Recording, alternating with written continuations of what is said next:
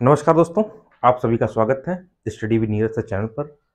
दोस्तों, आपको पता है कि एजीटीए की वैकेंसी आ चुकी हैं और इस पे बराबर वीडियो अपलोड हो रहे हैं। Study with Neeraj sir channel आपके लिए तत्पर है। बहुत सारे सब्जेक्ट के वीडियो बराबर हम लोग आपको प्रोवाइड करा रहे हैं। कृषि प्राविधिक सहायक 3446 का ये संपूर्ण सिलेबस पे मॉक टेस्ट नंबर 2 है। मॉक टेस्ट नंबर 2 एक हो चुका है, उसमें 100 प्रश्न थे। इसमें जो है 120 प्रश्न है। मैंने 20 प्रश्नों को और बढ़ाया है और ये कहीं ना कहीं ये प्रीवियस ईयर है, पूछे हुए प्रश्न है। ये पूछे हुए प्रश्नों का प्रीवियस ईयर है, इसलिए यह बहुत ही इंपॉर्टेंट होने वाला है मेरे बच्चों। इसको जरूर पढ़ना, यहां से क्वेश्चन आपको मिलने वाले हैं। चलिए आइए हम स्टार्ट करते हैं संपूर्ण सिलेबस से। मॉक टेस्ट 2 बहुत ही इंपॉर्टेंट होने वाला है। चलिए देखिए,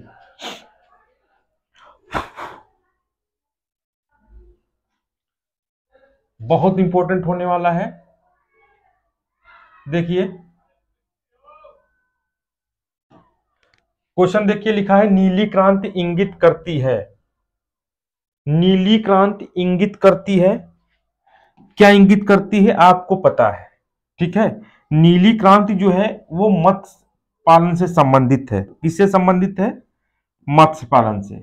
मत्स्य पालन से संबंधित है, जिसे मत्स्य की यहां पर ऑप्शन में है, ठीक है। ऐसे ही ऑप्शन आपको जो है बदल बदल के मिलने वाले हैं। क्वेश्चन संख्या 2 की बात करते हैं। भारत में शुष्क खेती की जोत कितने प्रतिशत है? भारत में शुष्क खेती की जोत कितने प्रतिशत है? 60% है मेरे बच्चों। कितनी? 60% है। शुष्क खेती की प्रतिशतता है 60%, ठीक है। चलिए आगे बढ़ेंगे। पहली मानव निर्मित फसल कौन सी है? पहली मानव निर्मित फसल है टिटिकेल। क्या है मेरे बच्चों? टिटिकेल है। चलिए नेक्स्ट क्वेश्चन पे आते हैं। क्वेश्चन संख्या 4। क्वेश्चन संख्या 4 क्या कहती है, इसको भी देखो। लिखा है बीटी जीन के कपास के पौधों में स्थानांतरण से उत्पन्न कपास को क्या कहते हैं? तो उत्पन्न कपास को कहते हैं ट्रांसजेनिक कपास। क्या कहते हैं मेरे बच्चों? कहते हैं ट्रांसजेनिक कपास। ट्रांसजेनिक कपास कहते हैं, ठीक है। चलिए आगे बढ़ते हैं, नेक्स्ट प्रश्न पे बढ़ते हैं।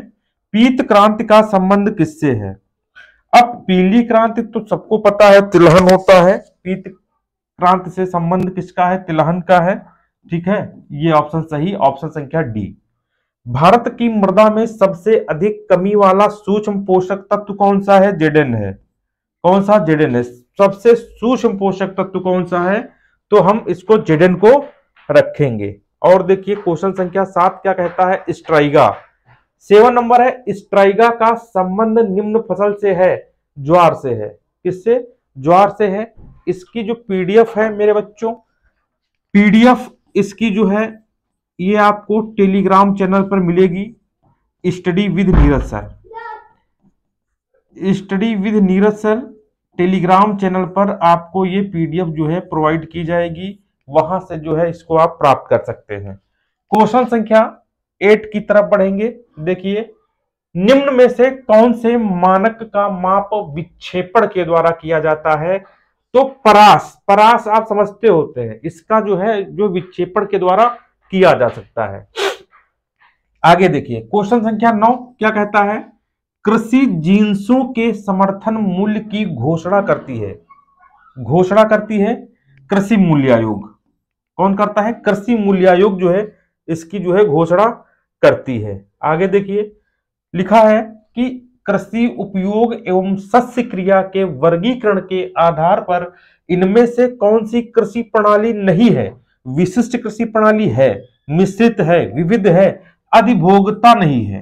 कौन सी नहीं है? अधिभोगता कृषि प्रणाली नहीं है। नेक्स्ट क्वेश्चन, जब दो एकल संकरण में परागण कराया जाता है तो उत्पाद होने वाले संकर को क्या कहते हैं? द्वितीय संकरण कहते हैं। क्या कहते हैं? द्वितीय संकरण।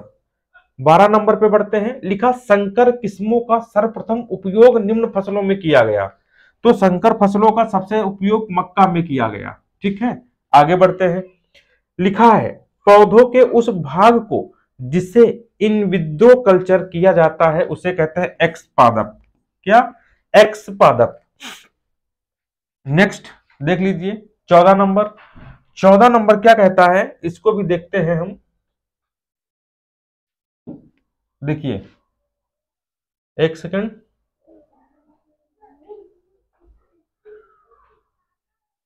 देखिए हाँ 14 नंबर लिखा है प्रजनक के द्वारा उत्पन्न किसी किस्म के प्रारंभिक बीज को कहते हैं प्रजनक बीज। क्या कहते हैं? प्रजनक बीज। प्रमाणित बीज उत्पन्न किया जाता है, आधार बीज से उत्पन्न किया जाता है। बिल्कुल सही है। आगे बढ़ते हैं। लिखा है स्वपरागण से उत्पन्न संतान होती है। जो स्वपरागण से उत्पन्न संतान होती है उसे हम समयुग्मजन बोलते हैं। क्या बोलते हैं? समयुग्मजन। आगे बढ़ते हैं। संकर ओज शब्द का सबसे पहले उपयोग किसने किया था? तो एक है महोदय सल महोदय, इन्होंने किया था। देखिए 18 नंबर क्या कहता है? कहता है बिना निषेचन के फल उत्पन्न होने को क्या कहते हैं? बिना निषेचन के फल उत्पन्न होने को हम अनिषेक फलन कहते हैं। डीएनए में उपस्थित शर्करा को क्या कहते हैं? तो डीएनए में जो उपस्थित शर्करा है उसे हम कहते हैं डीऑक्सीराइबोज शर्करा। डीऑक्सीराइबोज शर्करा। आगे बढ़ते हैं। जब एक जीन एक से अधिक गुणों को प्रभावित करता है तो उसे हम बहुप्रभावित बोलते हैं। क्या बोलते हैं? बहुप्रभावित बोलते हैं। 21 नंबर देखिए। 21 नंबर क्या कहता है? देखिए लिखा है गंगा 5 संकर किस्म है किस फसल की? तो गंगा 5 जो किस्म है वो मक्का की है। किसकी है मेरे बच्चों? मक्का की है। एक जीन से प्रभावित गुण को क्या कहते हैं? एकल जीनी कहते हैं। एक जीन से जो प्रभावित गुण को क्या हम बोलते हैं? एकल जीनी के नाम से हम जानते हैं। आगे बढ़ते हैं। लिखा है नेक्स्ट प्रश्न बहुत ही इंपॉर्टेंट प्रश्न है। लिखा है मेरे बच्चों लेही। क्या? लेही चावल की ऑक्सीकृत परत की मोटाई क्या होती है? लेही चावल की ऑक्सीकृत परत की मोटाई क्या होती है? तो इसकी मोटाई ऊपर से 1 से 10 mm होती है। 1 से 10 mm होती है। आगे बढ़े। बढ़िया प्रश्न है। ठीक है। 1 हेक्टेयर में चावल की बुआई के लिए डपोग नर्सरी के लिए कितने क्षेत्र की आवश्यकता होती है? तो आप बताएंगे 30 मीटर स्क्वायर की आवश्यकता होती है। संकर चावल की बीज दर किलोग्राम प्रति हेक्टेयर है कौन सी है? 15 किलोग्राम प्रति हेक्टेयर है। किसकी? संकर चावल की बीज दर आपको 15 किलोग्राम प्रति हेक्टेयर रखी जाएगी। गन्ने की बुआई के लिए बहुत इंपॉर्टेंट 26 नंबर देखिए। गन्ने की बुआई की सामान्य व सरल विधि कौन सी है? तो इसकी सामान्य व सरल विधि जो है वह है मेरे बच्चों समतल क्यारी में बुआई। मूंगफली की खेती के लिए सबसे उपयुक्त मृदा कौन सी है? तो मूंगफली की खेती के लिए सबसे उपयुक्त मृदा बलुई दोमट है। कौन सी? बलुई दोमट है। 28 नंबर देख लीजिए। लिखा है गेहूं की बौनी किस्मों की बुआई की गहराई है। तो बौनी किस्मों की बुआई की गहराई है 4 से 5 सेंटीमीटर। कितना? 4 से 5 सेंटीमीटर। भारत की मुख्य तिलहनी फसल कौन सी है? मूंगफली है। मूंगफली है। नेक्स्ट प्रश्न 30 नंबर देखिए। चौड़ी पत्ती वाले खरपतवारों को नष्ट करने के लिए सबसे उपयुक्त शाकनाशी है 2,4-D, जो बहुत सारे कामों में इसका प्रयोग किया जाता है। 31 नंबर की बात करेंगे। 31 नंबर की बात करेंगे। देखिए क्या कहता है। लिखा है मूंगफली की बेहतर फली विकास के लिए जिप्सम की आवश्यकता होती है। तो कितने जिप्सम की आवश्यकता होती है ये भी आप देख लो। इसकी आवश्यकता होती है 250 किलोग्राम प्रति हेक्टेयर। आगे बढ़े। देखो मूंगफली में बीज रहित फली किसकी अल्पता के कारण होता है? तो मूंगफली में बीज रहित फली जो है ये सीए की अल्पता के कारण होता है। सीए मतलब कैल्शियम। भारत में सर्वाधिक उगाई जाने वाली दलहनी फसल कौन सी है? तो दलहनी फसल भारत में जो मुख्य रूप से उगाई जाती है तो उसे हम कहेंगे चना। काबुली चने, काबुली चने में कतार से कतार की दूरी 45 सेंटीमीटर होनी चाहिए। कतार से कतार की दूरी कितनी होनी चाहिए? 45 सेंटीमीटर होनी चाहिए। आगे बढ़े। चने की फसल का मुख्य कीट क्या है? तो चने की फसल का मुख्य कीट है फली छेदक। कौन सा है? फली छेदक। सरसों की सर्वाधिक उत्पादन करने वाला राज्य राजस्थान है। सबसे ज्यादा राजस्थान में सरसों का उत्पादन किया जाता है। फौहारा सिंचाई पद्धति सबसे उपयुक्त है। उड़द फौहारा फौहारा सिंचाई मतलब जहां पर बहुत ही ऊबड़ खाबड़ भूमि होती है वहां पर जो है फौहारा सिंचाई के लिए सबसे उपयुक्त भूमि मानी जाती है। आगे देखिए। राजस्थान में मेरे बच्चों, राजस्थान में 38 नंबर, खरीफ मौसम में सर्वाधिक क्षेत्र वाली फसल कौन सी है? तो बाजरा हम कहेंगे। ठीक है। नेक्स्ट क्वेश्चन चलते हैं 39 नंबर पर। बहुत बढ़िया प्रश्न है, सारे प्रश्न आ चुके हैं, बस इसको आपको एक सरसरी निगाह से पढ़ना है। ये दूसरा मेरा मॉक टेस्ट है। सिर्फ स्टडी विद नीरज सर पर मॉक टेस्ट प्रोवाइड कराए जा रहे हैं। 100 क्वेश्चन से कम नहीं, 100 क्वेश्चन से अधिक ही, इतना आप मान के चलिए। तो अगर आप चैनल पे हैं, अगर आप इस चैनल को प्यार तो दे ही रहे हैं, अगर इस वीडियो को अगर आप प्यार देंगे तो मैं मॉक टेस्ट कल ही आपको इससे बेहतर कराऊंगा। ये सोच लीजिए, इससे ज्यादा इसको अगर प्यार देंगे, इस वीडियो पर कम से कम 500 सब्सक्राइबर आने चाहिए। ये आपकी जो है मेहनत होनी चाहिए, तभी जाके मैं इससे बेहतर आपको मॉक टेस्ट करा के दूंगा, पक्का है। आगे बढ़ते हैं 39 नंबर। 39 नंबर देखते हैं। 500 सब्सक्राइबर इस पे होने चाहिए। 500 सब्सक्राइबर और 1000 लाइक, जो भी देखेगा लाइक करेगा, फिर मैं आगे आपको मॉक टेस्ट करवाऊंगा। देखिए लिखा है 39 नंबर, वह फसल जिसे दलहनी व तिलहनी दोनों के रूप में उपयोग किया जाता है, सोयाबीन।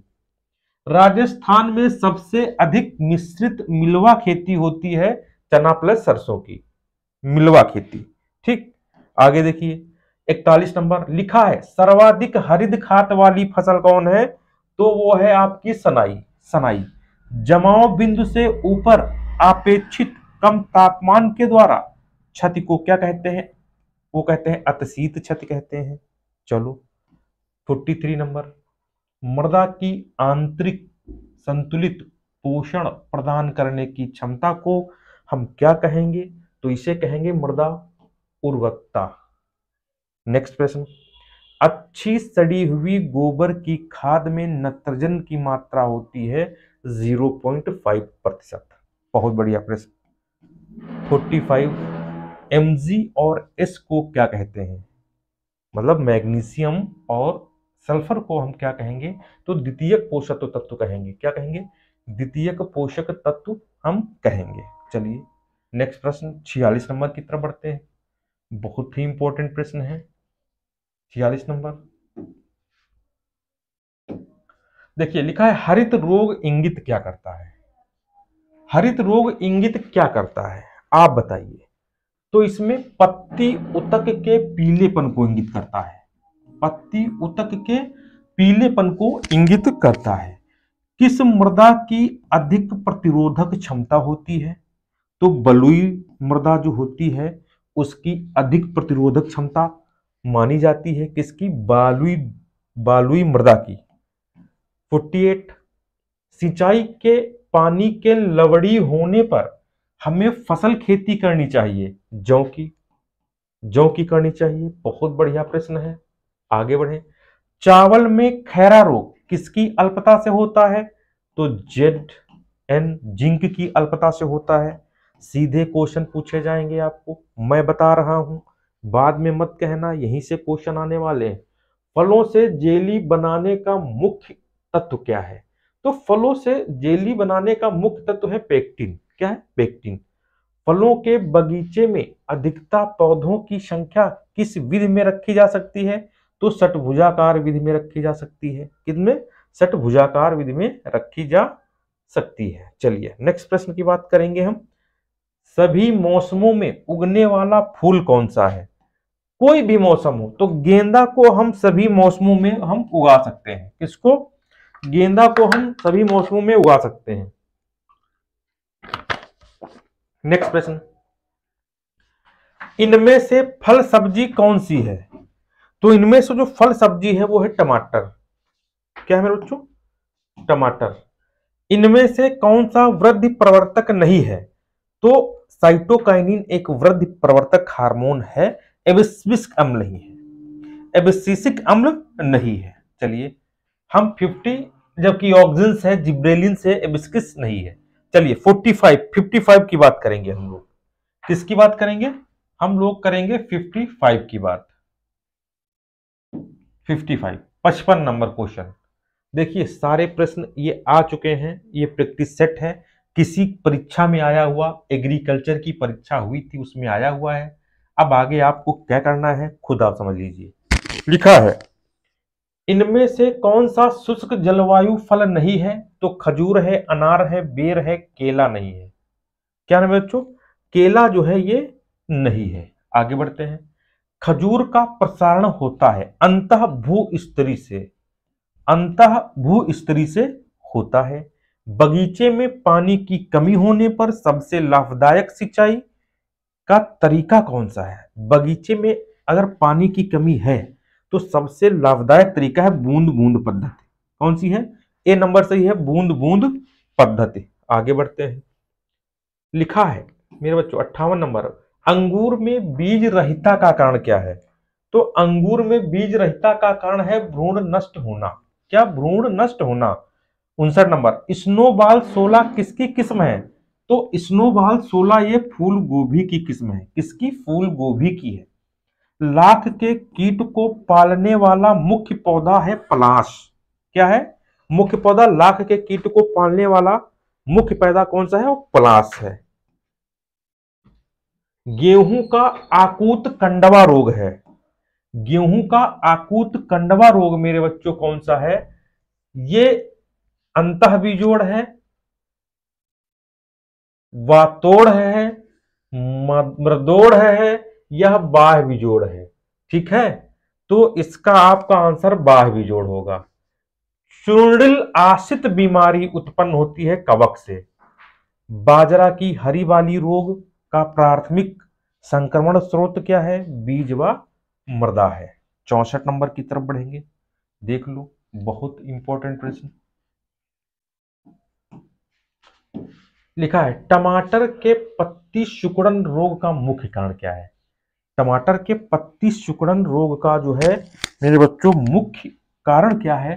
तो आप बताओगे विषाणु है। क्या है? विषाणु है। चूर्णिलाशिता रोग के लिए सबसे उपयुक्त कवकनाशी जो है वो केरेथिन है। क्या है मेरे बच्चों? केरेथिन। क्या है? केरेथिन है। ठीक है, आगे बढ़ेंगे। बहुत बढ़िया प्रश्न, देख लीजिए। खेती के प्रकार को प्रभावित करने वाली कौन सी भौतिक संरचना नहीं है? तो इसमें आपका मजदूर उपलब्धता ये भौतिक संरचना नहीं है, बाकी स्थलाकृति, मौसम और मृदा ये तीनों है। इनमें से कौन सा कृषि व्यवसाय का भाग नहीं है? तो वातावरण नहीं है, पूंजी, भूमि और प्रबंधन ये कृषि व्यवसाय का मुख्य भाग है। समय को ना बर्बाद करते हुए 68 पर आते हैं। प्रति क्विंटल लागत गणना को क्या कहते हैं? प्रति क्विंटल लागत गणना को मेरे बच्चों कहते हैं उत्पादन की लागत। चलिए आगे बढ़ते हैं। लिखा है कृषि विज्ञान केंद्रों को 100% सहायता मिलती है। किससे मिलती है? भारतीय कृषि अनुसंधान परिषद से मिलती है। आगे बढ़ते हैं। क्वेश्चन लिखा है कि कृषकों को किसी विशिष्ट जगह के लिए प्रस्तावित तकनीक से प्रभावित करने के लिए प्रभावी प्रसार विधि कौन सी है? तो प्रभावी प्रसार विधि है आपकी प्रदर्शन विधि। कौन सी? प्रदर्शन विधि है। चलिए आगे बढ़ते हैं क्वेश्चन संख्या 71 पे। 71 बहुत मोस्ट इंपॉर्टेंट है, ठीक है। देखिए 71 क्या कहता है, इसको भी आप लोग देख लीजिए। कहता है 71 कि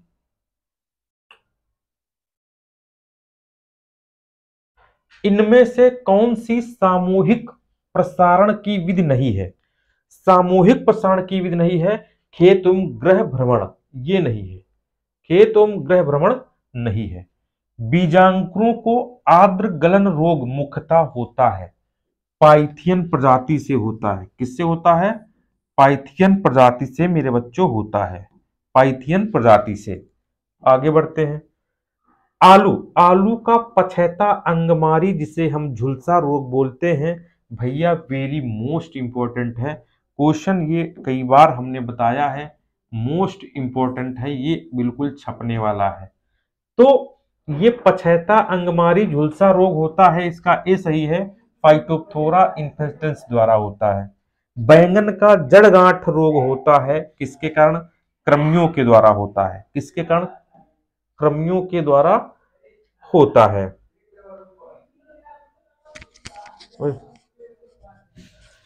निम्नलिखित में से कौन सा तत्व सूक्ष्म मात्रिक पोषक तत्व है? बोरान। कौन सा है? बोरान।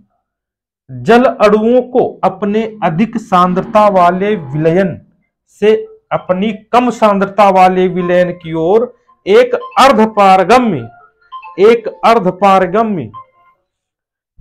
अर्धपारगम्य झिल्ली द्वारा संचलन कहलाता है। क्या कहलाता है? ये परासरण कहलाता है मेरे बच्चों। क्या? परासरण कहलाता है। आगे बढ़ते हैं। लिखा है निम्नलिखित में से कौन सा पादप अपूर्ण प्रभावित का उदाहरण है? तो ये मेरे बच्चों अपूर्ण प्रभावित का उदाहरण है मिराबिलस जलापा। चलो क्वेश्चन संख्या 78 की बात करते हैं। लिखा है 78 नंबर क्या कहता है मेरे बच्चों, देख लो। 78 नंबर कहता है कि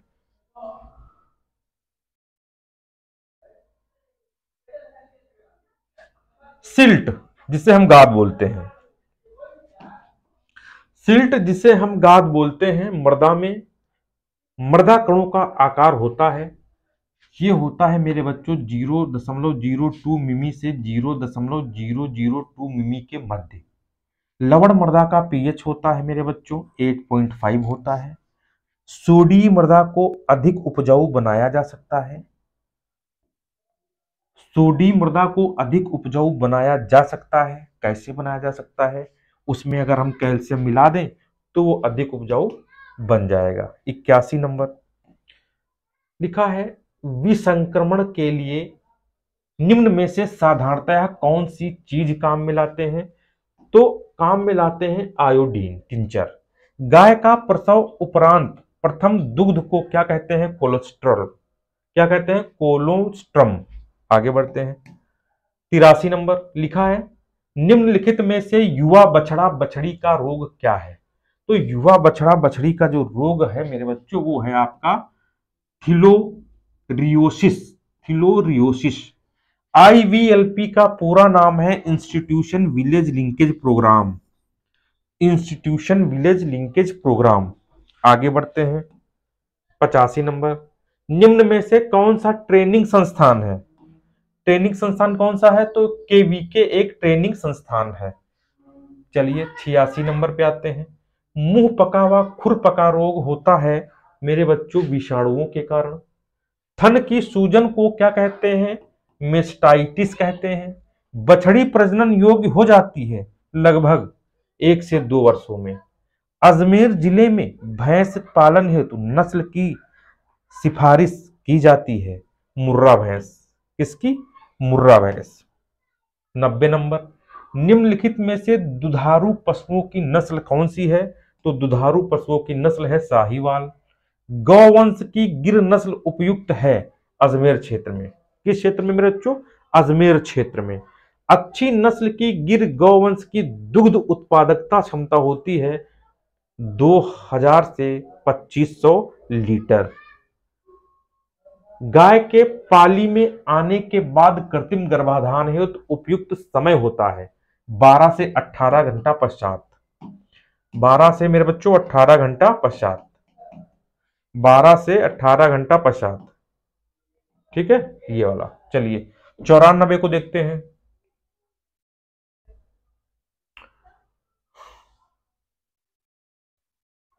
चलिए एक सेकंड, 94 को हम बाद में देखेंगे, पहले इसको देखते हैं।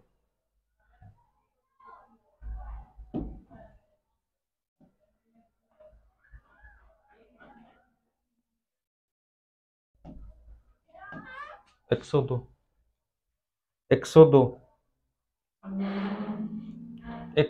94 वाला छूट गया है, कोई बात नहीं, उसको हम बता देंगे। 102 नंबर को देख लो। 94, 95, 96, 97, 100, 7 क्वेश्चन छूटे हुए हैं। ठीक है, 6 क्वेश्चन। चलिए देखते हैं इसमें क्या होगा। लिखा है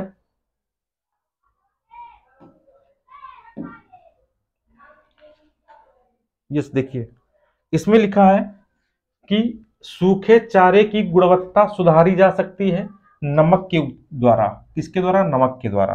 ठीक है। रोमंथी पशुओं में अमाशय का प्रथम प्रकोष्ठ कहलाता है रूमेन। क्या कहलाता है? रूमेन। कुछ समस्या आ रही है, ठीक, वो भी सही हो जाएगी। भैंसों के संतुलित आहार में होता है 2/3 भाग राफेज व 1/3 भाग चार।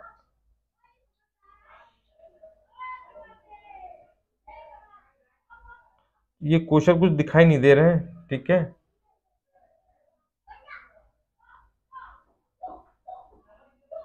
चलो ये क्वेश्चन जो है बाद में इसको कराएंगे। चलिए, हाँ, अंगोला होता है क्या? फन।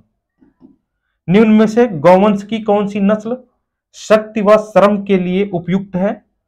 तो नगौरी। कौन सी नस्ल? सॉरी, कौन सी नस्ल? नगौरी। ठीक है, एक सेकंड। ये भैंस की औसत गर्भावस्था का समय, औसत गर्भावस्था का समय 307 दिन। अंतःस्रावित ग्रंथियों को क्या पैदा होता है? अंतःस्रावित ग्रंथियों में हार्मोन्स पैदा होते हैं। रतौंधी संबंधित है तो विटामिन ए से आपकी जो है रतौंधी जो है स्रावित है। आगे बढ़ेंगे हम लोग क्वेश्चन संख्या 110 पर। ठीक है, किस पे? 110 पे बढ़ेंगे। 110 क्या कहती है देख लो। स्कर्वी किससे संबंधित है? स्कर्वी किससे संबंधित है? तो विटामिन सी से जो है स्कर्वी संबंधित है। बछड़े बछड़ियों में सींग को हटाने के लिए, सींग को हटाने के लिए प्रयोग में लेते हैं, क्या लेते हैं? कास्टिक सोडा लेते हैं। ठीक है, आगे बढ़ेंगे। राष्ट्रीय दुग्ध उत्पादन विकास बोर्ड कहां है? तो राष्ट्रीय दुग्ध उत्पादन विकास बोर्ड गुजरात में है। भारतीय कृषि अनुसंधान परिषद का कार्यालय नई दिल्ली में है। कहां पे? नई दिल्ली में है। 114, ब्लैक क्वार्टर किस पशु की बीमारी है? तो ब्लैक क्वार्टर गौवंश की है। सर्रा किस पशु की बीमारी है? तो सर्रा जो है ऊंट की बीमारी है। किसकी? ऊंट की। 116 नंबर देखिए, बस 120 प्रश्न है, आप निश्चिंत होकर जाइए। जो छूट गए हैं उनको मैं करवा दूंगा। ठीक है, यस, आगे बढ़ते हैं। देख लीजिए, केचुए की खाद किसकी सहायता से बनाई जाती है? तो केचुए की खाद बिना केचुए की बनी ही नहीं सकती है। पशुओं में चीचड़ों के प्रकोप की रोकथाम किसके प्रयोग से हो सकती है? तो मेलाथियोन के प्रयोग से होती है। दुनिया में कौन सा देश सबसे ज्यादा दूध का उत्पादन करता है?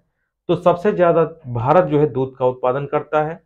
निम्न में से किसकी कमी पशुओं में प्रजनन से संबंधित है? तो विटामिन ई। कौन सी कमी? विटामिन ई कमी जो है प्रजनन से जो है संबंधित है। 120, सिरोही किस पशु की नस्ल है? तो सिरोही जो है बकरी की नस्ल है। सिरोही मेरे बच्चों बकरी की नस्ल है। इसकी पीडीएफ मैं आपको बता दूं, इसकी पीडीएफ टेलीग्राम चैनल पर आपको मिल जाएगी। टेलीग्राम चैनल पर स्टडी विद नीरज सर, ये टेलीग्राम चैनल है। ठीक है, ये आपका टेलीग्राम चैनल है, यहां से आपको इसकी पीडीएफ प्रोवाइड कर दी जाएगी। विजय पथ, विजय पथ मेरे बच्चों 3.0 रजिस्ट्रेशन ओपन है, आप करवा सकते हैं। 17 तारीख से इसकी क्लासेस जो है बिल्कुल स्टार्ट है। आप इसको जरूर जरूर जो है ज्वाइन करिए, क्योंकि यहीं से आपका सिलेक्शन निश्चित होगा। करना क्या है, प्ले स्टोर पे आपको जाना है और study with Neeraj sir app को डाउनलोड करना है। Study with Neeraj sir app को डाउनलोड करना है, वहां से आप ये कोर्स परचेस कर सकते हैं दोस्तों। ठीक है, अगर चैनल पे पहली बार आए हैं तो चैनल को जरूर सब्सक्राइब करिए, क्योंकि यहां से आपके सिलेक्शन की क्लास मिलती है, बहुत सारे वीडियो आपको प्रोवाइड किए जाते हैं। इसलिए आपका हक है कि चैनल को प्यार दीजिए। फिर मिलेंगे, तब तक के लिए नमस्कार, धन्यवाद, बाय बाय।